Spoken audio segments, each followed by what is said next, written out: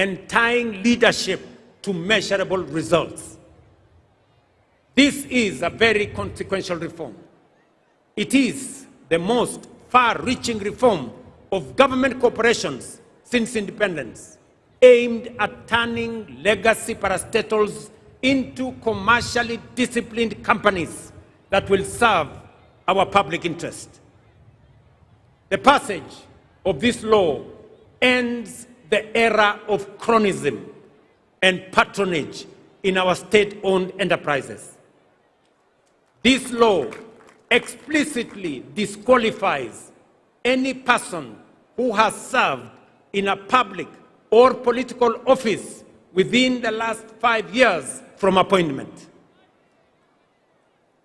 On Monday, under this new legal framework, and to start this administration's bold and ambitious Kenya shillings 5 trillion roadmap to transform our nation, the Cabinet will meet to consider and approve the architecture of the National Infrastructure Fund as the engine that will align our financial resources with our development goals. Through innovative mobilization of domestic resources, strategic monetization of mature national assets, democratization of ownership through capital markets, and innovative deployment of national savings, we will unlock large-scale private sector capital to fund our national priorities while reducing reliance on borrowing and taxation. For decades, Kenya privatized major assets including Kenya Airways, KenGen, Kenya Re, and Safaricom. Yet the proceeds were absorbed into the budget, paying salaries and debts, leaving no enduring national assets behind. Through the National Infrastructure Fund, all privatization proceeds will be ring-fenced and invested strictly into public infrastructure development that generate and preserve more value. This principle is already being actualized. Proceeds from the current privatization processes will be channeled directly into the fund, setting a new national standard where national assets create lasting public value. Our goal is simple. For every shilling in the National Infrastructure Fund, we will attract 10 more shillings from sovereign partners, private equity funds, and development finance institutions, allowing us to develop without the constraints that come with debt and taxation. The National Infrastructure Fund will not just be a financing instrument.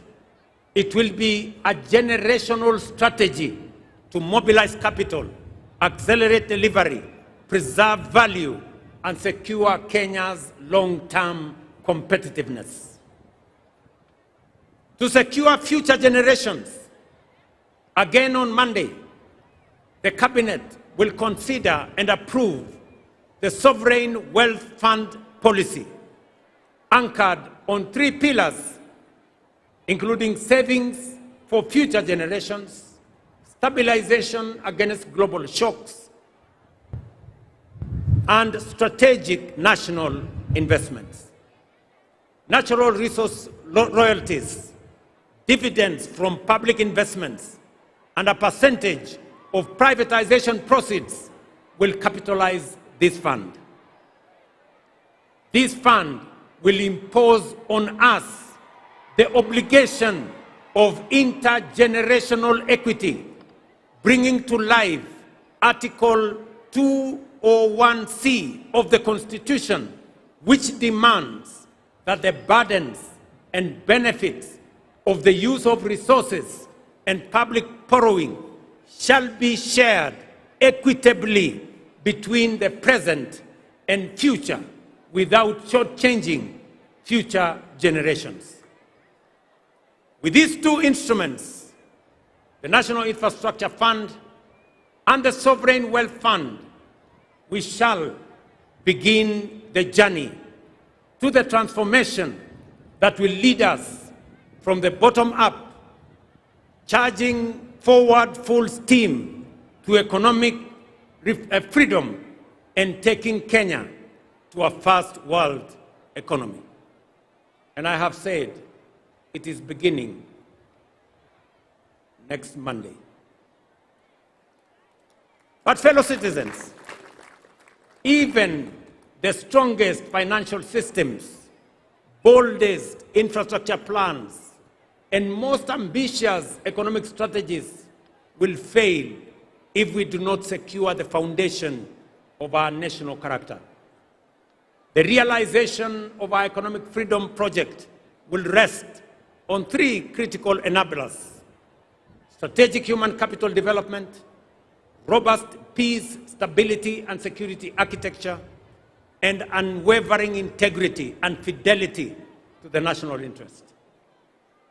To bolster human capital development, we have made bold investments in education, skills development, science, and innovation.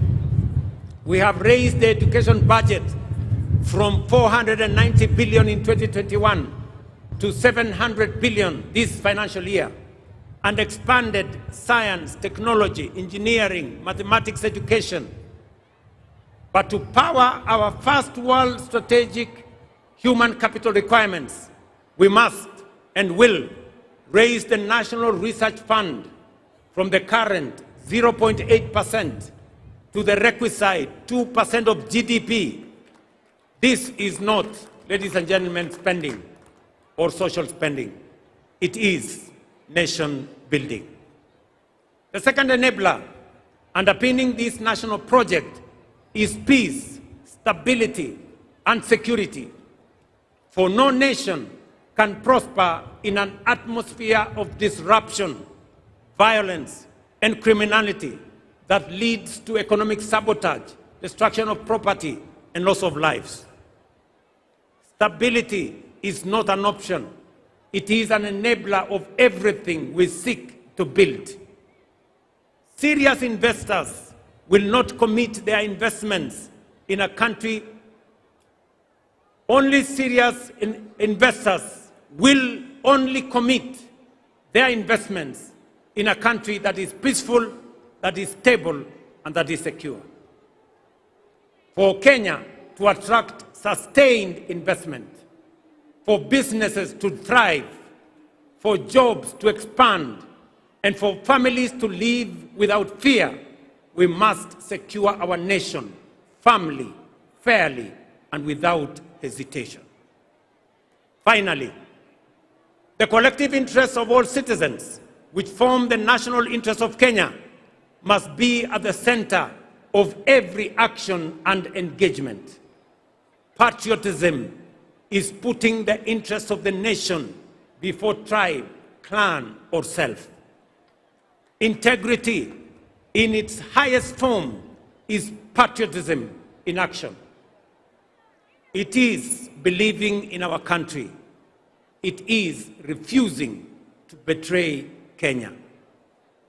And yet, let us speak honestly, our nation faces a serious integrity deficit. It begins early in our homes, in our schools, matures into grand corruption.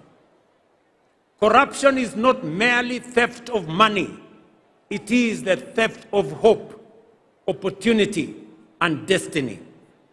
This is compounded by negativity, division, erosion of shared values, and ethical and ethnic political mobilization. Hate and division, corruption and tribalism tear at the very social fabric of our republic. Ladies and gentlemen, our economic freedom project demands more than infrastructure and capital. It demands a renewal of our national conscience. We must build a strong value system We must defend our national unity. We must raise our children in honesty, responsibility, and love for country. These three enablers, strategic human capital, peace, stability, and security, and national interest and integrity, are not optional ideals. They are the living foundation upon which our economic independence must stand. Without them, our ambition would remain promises. With them, our national priorities become achievable. Our investments become productive. And our vision of a prosperous, sovereign Kenya becomes not only possible, but inevitable. Fellow citizens, our founding fathers defeated colonial domination. The generation after broke the chains of dictatorship. The onus is on our generation, and particularly this administration, to achieve economic freedom. A freedom where effort is rewarded, where opportunity is shared, where dignity is guaranteed, where every citizen matters, and where no Kenyan is left behind. Let it be said of our generation that when Kenya stood at the edge of possibility, we chose courage over comfort, action over excuse, unity over division, and excellence over mediocrity.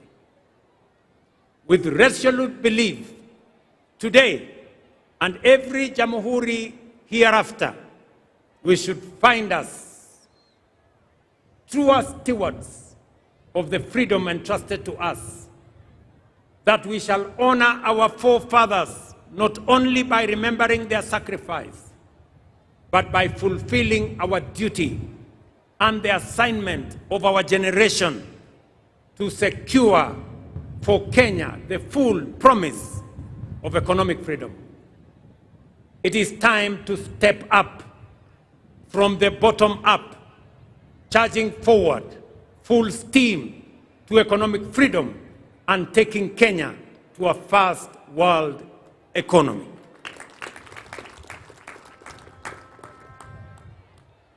Kabla sijamaliza, ndugu wa Kenya,